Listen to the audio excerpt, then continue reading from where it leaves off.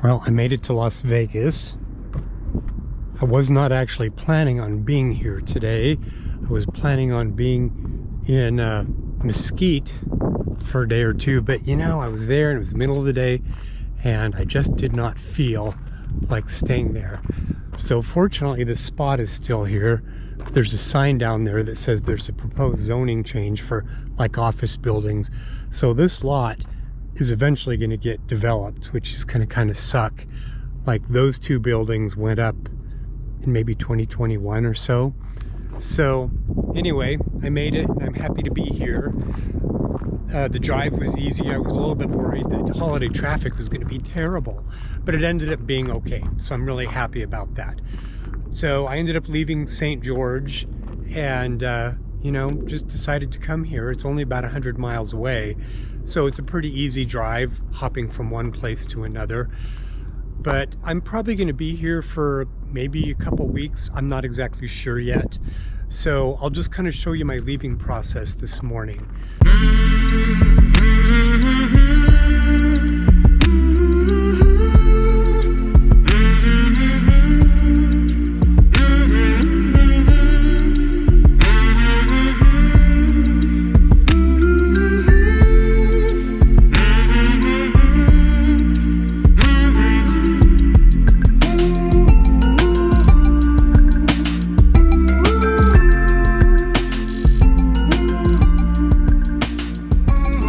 Okay, so it's the day before Thanksgiving, and I'm going to get going to Mesquite today, I believe.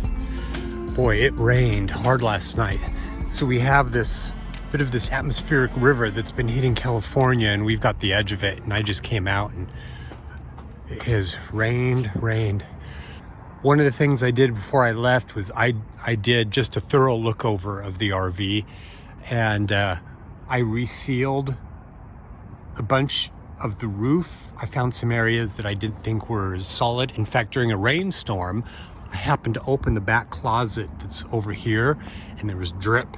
And I was like, oh crap, it was wet up there. So I got up on the roof and I found that in that corner, there was some old sealant up there that had clearly cracked.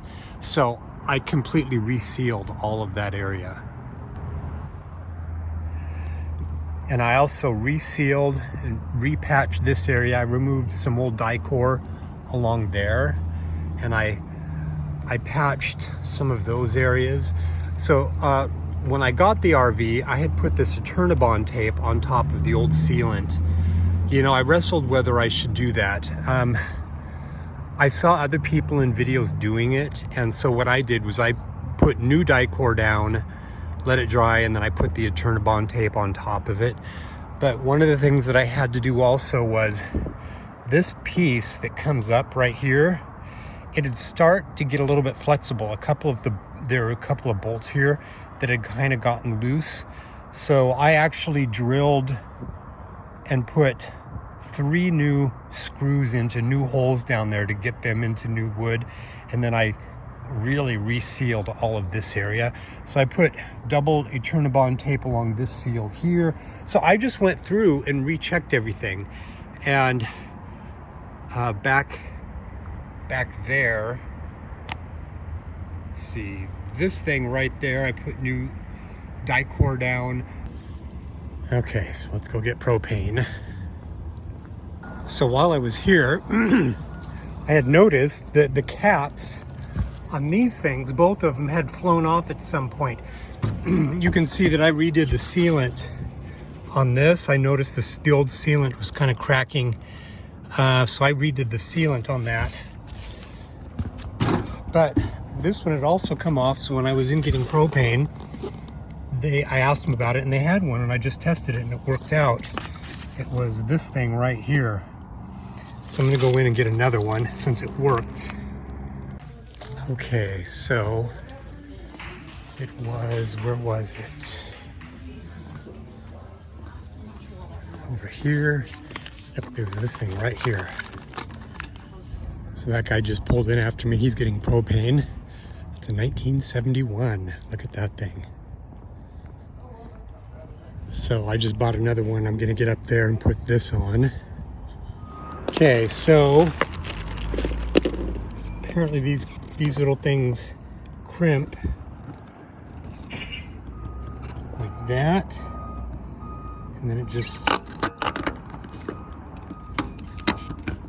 there it goes. Okay, good. I was a little bit worried about those because they both had come off and they're vents, and you don't want rain and snow and stuff. So they were $6 each. But one of the things that I did was I also put Eternabond tape down over that edge. I was a little bit concerned it was going to look tacky, but I was frankly far more concerned with the functionality. I didn't want any possibility of that old seam up there. And I had originally tried to put just a little bit of Dicor, but there's natural flex in the RV, and I was noticing that it didn't hold.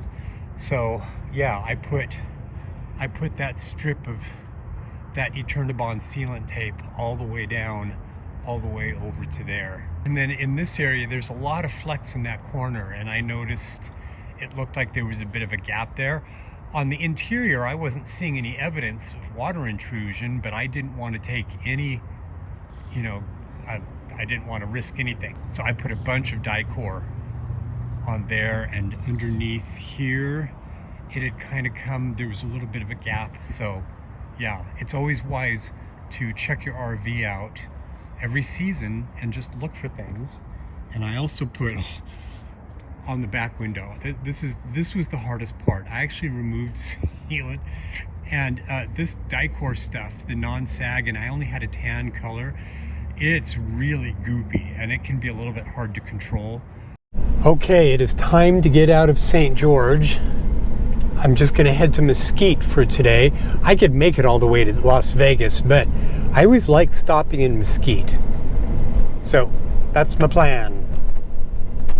So this is the Maverick that has the gas station, or well, they have gas too, but it has the water and dump station. So I'm at the Maverick gas station, getting ready to get out of town. They have a dump station right there. So I'm gonna get water and dump and then head out. So with all the development going on here in town, I always like driving by this area. It's like a little bit of a remnant of what this town used to be like. There's some cows over there and horses and a little farm.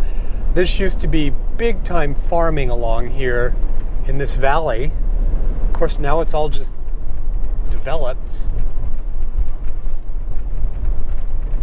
And then right through this intersection to the left is my convention center parking area that I really like. And it was actually this intersection right here, the left turn lane, that my first scooter in my first RV, that first scooter that I had, I was going through this intersection and it completely died. And I had to take it to Las Vegas to get fixed. And it turns out the head block had malfunctioned in some catastrophic way. It malfunctioned and it was awful. And then I came back here to St. George, and I was here for like a day and a half, and the front suspension of the scooter completely malfunctioned.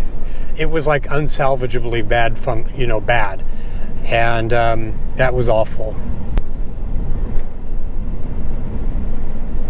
And there you can see St. George off to the right. This is sort of the main St. George downtown area. And here we go. Here we go.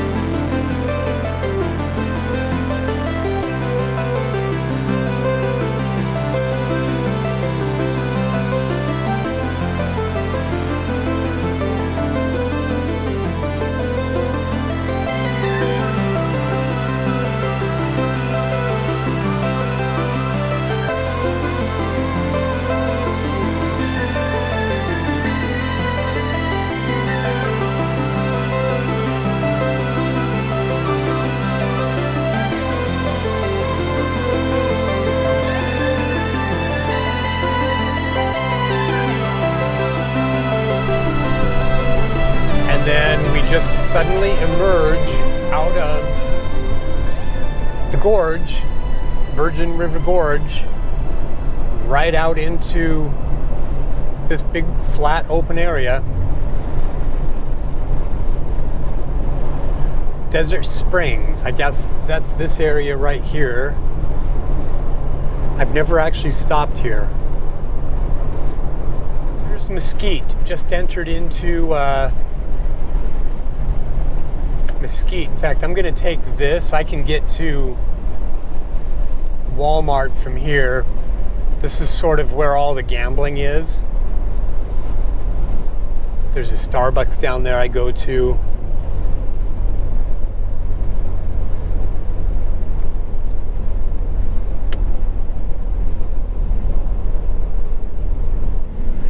There's an exit I could take ahead, but I figured I'd go through the sort of scenic route here, as it were.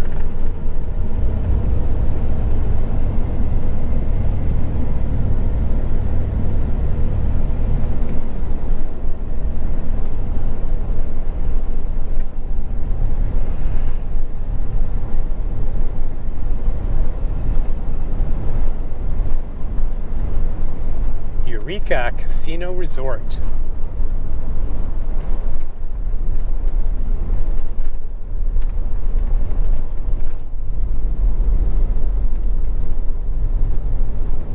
It's just sort of up and down and up and down, and then Walmart will be just down a little, in about another mile.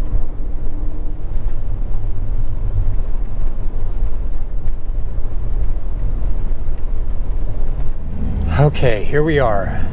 Walmart at Mesquite.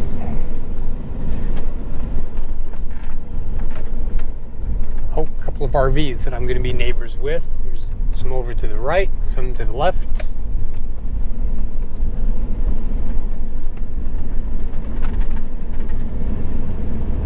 Big Class A, a couple of big Class A's.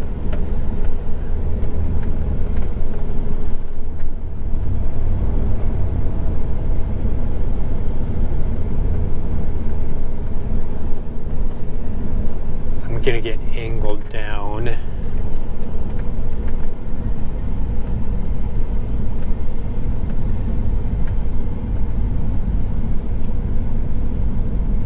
Because I always kind of go into about the same spot. Yay! Mesquite, Nevada. You know, I'm sitting here in Mesquite and kind of don't feel like being here. It's odd because tomorrow is Thanksgiving and I have a minor amount of work that I could do, but I could also do on Friday. And traffic's going to be terrible, but you know what? I don't feel like sitting here tonight. So I have decided it's not even 2 o'clock in the afternoon.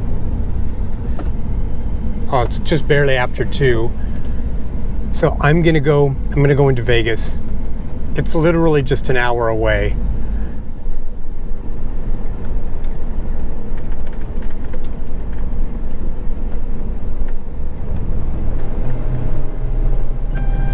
Okay, warp speed. Here we go.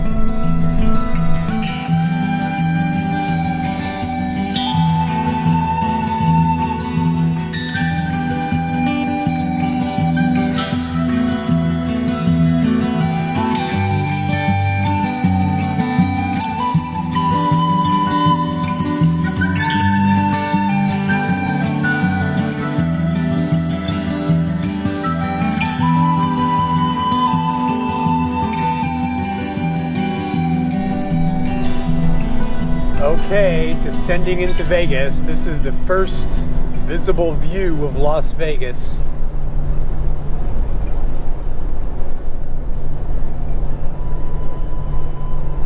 Las Vegas Valley.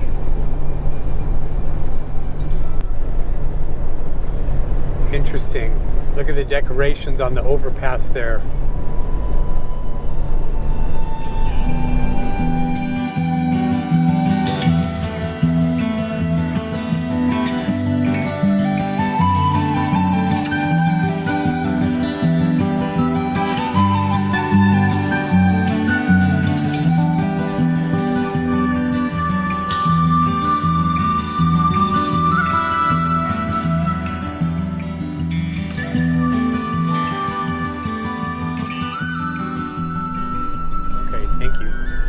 Traffic was typically dense through downtown, but it wasn't worse than I expected I thought it might be, considering the holidays.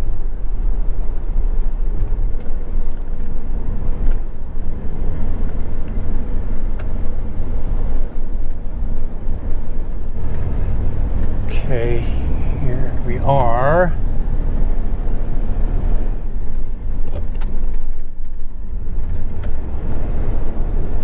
There's an RV right there.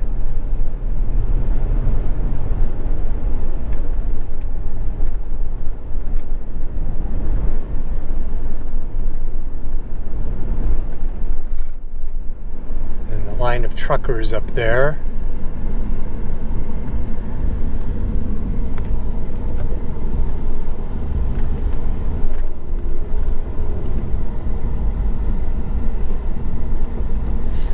Says proposal for office. So this eventually is probably going to get turned into something, which means I'm going to have to end up finding a new place to park. But for now,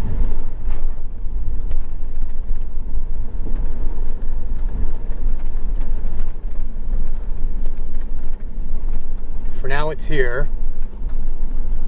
My spot in Las Vegas. I'm in Las Vegas, and I'm in this spot that I really like. It is so quiet on the weekends. Every now and then a car goes by, but you can see there are these trucks that come by. And the guy in this truck was here. I guess he parks it while he's in town and not driving. And yeah, it's awesome. Just over that way is a major thoroughfare that goes over the freeway and into a massive retail area, tons of stores. Like you can hear a little bit of cars and stuff, but it's just incredibly quiet.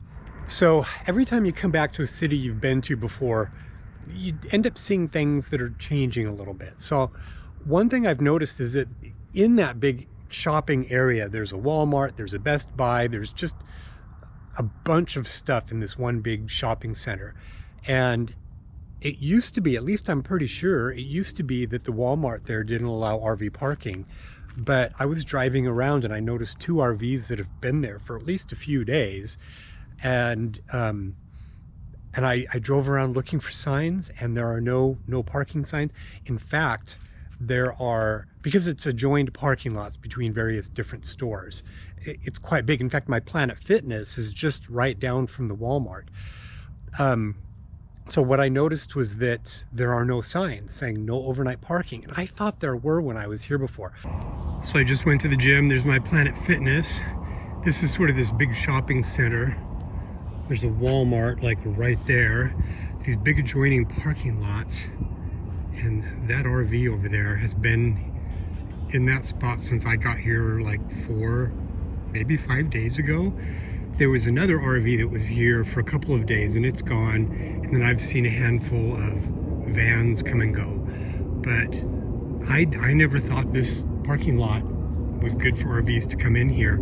I don't think it was in the past. Maybe they changed something, but that thing's clearly been here. And there are like those little parking attendants constantly driving up and down because this is a really busy lot. I don't know that I'd want to be here because it is really busy, but they seem to be okay. And that's a really nice RV. That's pretty new. So I want to show you a couple of things that I've done on the interior. So one of the things that I did when I was in Utah for the summer, central Utah, was I replaced my old IKEA couch. Now that I'm here in Las Vegas again, I'm basically parked in the same spot where I had put in my original couch, which was this little IKEA couch. So I had ripped out the bench seat. So there was another bench seat kind of like this that was right there, but it was uncomfortable and I just really wanted a proper couch. So I ripped it out, the other one, and I put in this little IKEA couch, like the smallest one they made, but it was a little bit on the small side. So this summer I was at a store. There's a new sort of chain of stores going in that are sort of like a bargain type of store. And they're called NPS stores. They buy up pallets of things that have been shipped to the wrong place and they resell them for cheap. Well, they also sell furniture, and I was in there one day and they had this couch sitting there, and I was like, huh. I had measured from there to there. I had between 55 or 60 inches to work with. And I had been looking online, like on Amazon. You can get tons of couches on there that are these smaller sizes, but you can never sit on them and find out what they're like. So I'm at this MPF store, and they have just a whole bunch of furniture, and this thing was in there. So I went, sat down, and it was really comfortable. And these arms come all the way down on both sides. So you can kind of see that one's already down, or they can come all the way up to form, like more of a 90-degree angle right there. So, I mean, if I lay it all the way out, you could properly sleep on that thing. Anyway, so I was like, oh man, that would probably just fit. So I went in and I got it. It was listed for $150, but that particular day they will always do these sort of specials where they're suddenly discounting things. So I got this for $100, and it's perfect. So it does fit a little bit more tightly into the space, but I just feel so much more comfortable. I just feel like I have this place that I can come in here and ground in that place. But it did present this one problem. And that one problem was, so when I get down here, you can also see that there's room underneath here. So I put clothes. That's an IKEA thing. And if I don't want to see it as much, I can actually sort of shove that all the way back like that. And then when it's shoved all the way back, you don't really see anything under there, which makes it look just a little bit tidier. Everything looks more messy when I film it than it does to me in person. The problem is that my heater, my Wave 6 heater, is right there. So let me talk about this for a minute, because this is one of those things that could potentially be kind of scary. So I've got this cover that I use, which is it's just like a cotton blanket, and it just covers the door and gives a little bit of insulation. And if the door's open, light still filters through, but I have some privacy. So this heater, this Wave 6 heater, is my sole heat source, and it is a fantastic heater. But you would be rightfully forgiven for saying, wow, that's a little bit close, having this heater, it's a 6,000 BTU heater, right next to a couch and right next to this and right next to my fire thing there. The heat that comes off of this is really frontally projected. It doesn't, like to the side over here, way over there, it's completely cool. And this is completely cool to touch. This is mildly warm here. And if anything, this feels just a little bit warm as the frontal heat projects onto here. Warm, but not hot.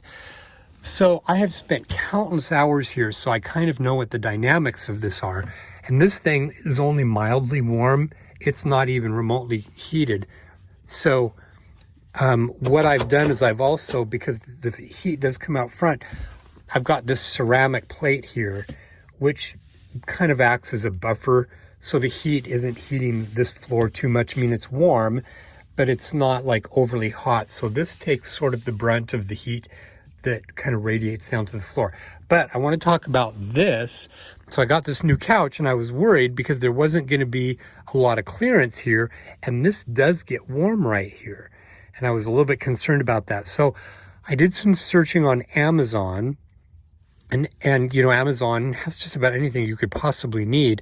So it turns out I was looking for heat resistant materials or blankets, and this popped right up. These are blankets that are designed for welders so welders can put these around their welding, and it is a high heat resistant fabric that's black, so it matches. This fabric will resist up to 1800 degrees Fahrenheit. So I put it right here. It just comes in 20 inch by 20 inch blocks. The only spot that gets warm, like markedly warm, like in a way that would worry me, is right here. But this heat resistant material, takes the brunt of it, and there's a little bit of air gap here. And so the actual material in the couch in here is only just mildly warm. It doesn't even concern me. I can stick my hand in there and it never gets like hot.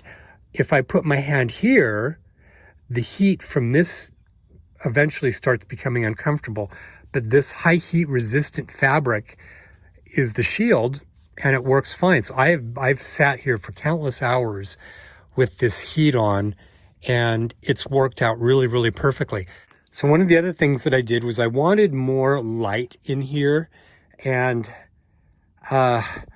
these are the native lights in the RV that I've replaced with LED lights, and they produce a decent amount, but I really wanted even more light, especially in here. And so what I did was I got these on Amazon. 2 of these were like $17 or $18.